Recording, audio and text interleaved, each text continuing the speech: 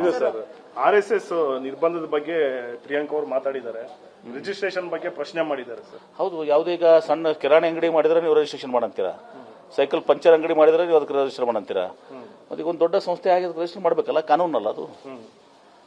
ಯಾಕೆ ನೀವು ಬೇರೆ ಥರ ನೋಡ್ತೀರಾ?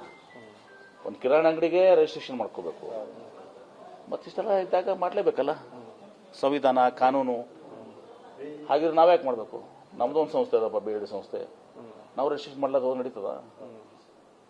ಶಾಖೆಗಳಿಗೆಲ್ಲ ಪರ್ಮಿಷನ್ ಬೇಕಂದ್ರೆ ಶಾಖೆಗಳು ಹೇಳ್ತಿಲ್ಲ, ಮೇನ್ ಟ್ರಸ್ಟ್ ಇವತ್ತು ದಿವಸ ಮತ್ತು ಅವರೇನೋ ಶಿಕ್ಷಣ ಸಂಸ್ಥೆಗಳು ತೆಗಿತಾರೆ, ಮತ್ತೊಂದು ಮಾಡ್ತಾರೆ, ಅವಕ್ಕೆಲ್ಲಕ್ಕೂ ಪರ್ಮಿಷನ್ ಬೇಕು.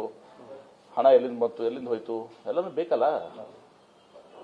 ಹಾಗಿದ್ರೆ ಎಲ್ಲರೂ ಇದೇ ಥರ ಎಲ್ಲರಿಗೂ ಮಾಡಿ ಅಂತಾರೆ. ನಮ್ಗೆ ಯಾಕಪ್ಪ ನಮ್ಮ BEDಗೆ ನಮ್ಮದು ರಿಜಿಸ್ಟ್ರೇಷನ್ ಬೇಡ, ನಮ್ಮದು ಏನು ಕೇಳಬೇಡಿ ನೀವು ಲೆಕ್ಕಪತ್ರ. ರಾಜ್ಯದಲ್ಲಿ ನಿರ್ಬಂಧ ಹಾಕೋ ಏನಾದ್ರು ಅದು ಗೊತ್ತಿಲ್ಲ, ಅದು ನಾನು ಅದನ್ನ ನಿರ್ಬಂಧ ಹಾಕೋ ಪ್ರಶ್ನೆ ಮಾತಾಡ್ತಾ ಇಲ್ಲ. ರಿಜಿಸ್ಟ್ರೇಷನ್ ಮಾಡ್ಕೋಬೇಕಾಗಿದ್ದು ಧರ್ಮ ಅದು. ಸರ್, ಕಳೆದ ಬಾರಿ ದೇವೇಗೌಡರನ್ನ ಕಾಂಗ್ರೆಸ್ ಅವಿರೋಧವಾಗಿ ಆಯ್ಕೆ ಮಾಡಿತ್ತು, ಆದರೆ ಈ ಬಾರಿ ಅವರಿಗೆ ಟಿಕೆಟೇ ಕೊಡಲಿಲ್ಲ ಮೈತ್ರಿ ಸರ್ಕಾರ. ಅವ್ರಿಗೆ ಕೇಳಿಪ್ಪ, ದೇವೇಗೌಡರು ಕೇಳಿ, ಕುಮಾರಸ್ವಾಮಿ ಅವ್ರು ಕೇಳಿ.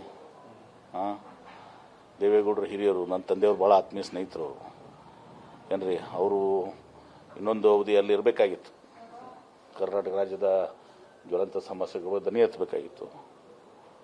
ಪಾಪ ಅವ್ರನ್ನೂ ಕೂಡ ಯೂಸ್ ಅಂಡ್ ಥ್ರೋ ಮಾಡಿಬಿಟ್ರು.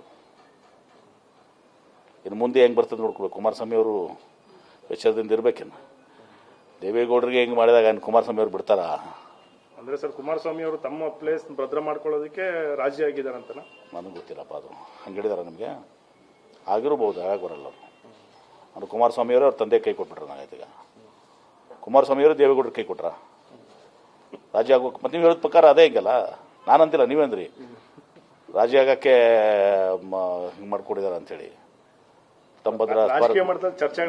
ಕಾಂಗ್ರೆಸ್ ನಾಯಕರು ಕೂಡ ಆತರ ಹೇಳ್ತಿದ್ದಾರೆ. ಅಲ್ಲಲ್ಲ, ನೀವು ನನಗೆ ಹೇಳಿದ್ರಿ ಕುಮಾರಸ್ವಾಮಿ ಅವರು ರಾಜಿ ಆಗಿದ್ದಾರೆ ಅಂದ್ರೆ ಯಾರ ವಿರುದ್ಧ ರಾಜಿ ಆಗಿದ್ದಾರೆ? ದೇವೇಗೌಡರನ್ನ ಬಲಿಪಶು ಮಾಡಿ ರಾಜಕೀಯ ಆಗಿದಾರ?